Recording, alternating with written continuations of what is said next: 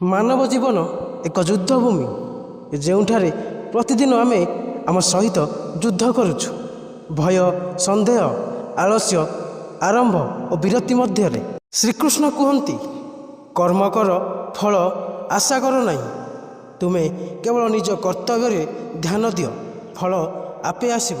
ସମସ୍ତ ପରିସ୍ଥିତିରେ ସମତା ଧର। ଲାଭ ଓ ହାନି, ସଫଳତା ଓ ବିଫଳତା ଦୁହିଁଙ୍କୁ ସମାନ ଭାବେ ଦେଖ। ଆତ୍ମା ଅବିନାଶୀ ଓ ଅମର ଅଟେ।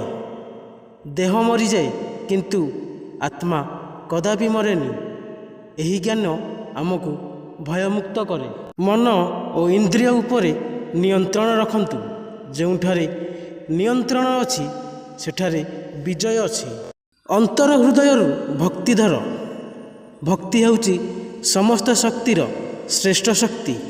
ପ୍ରେମ ଓ ଶ୍ରଦ୍ଧା ସହିତ ଆଗକୁ ବଢ଼ନ୍ତୁ।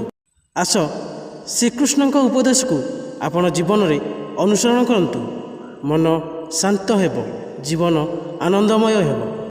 ଯଦି ଏହି ଉପଦେଶ ଆପଣଙ୍କୁ ପ୍ରେରଣା ଦେଲା, ତେବେ ଲାଇକ୍ କରନ୍ତୁ, ସେୟାର କରନ୍ତୁ ଏବଂ ସବସ୍କ୍ରାଇବ୍ କରନ୍ତୁ।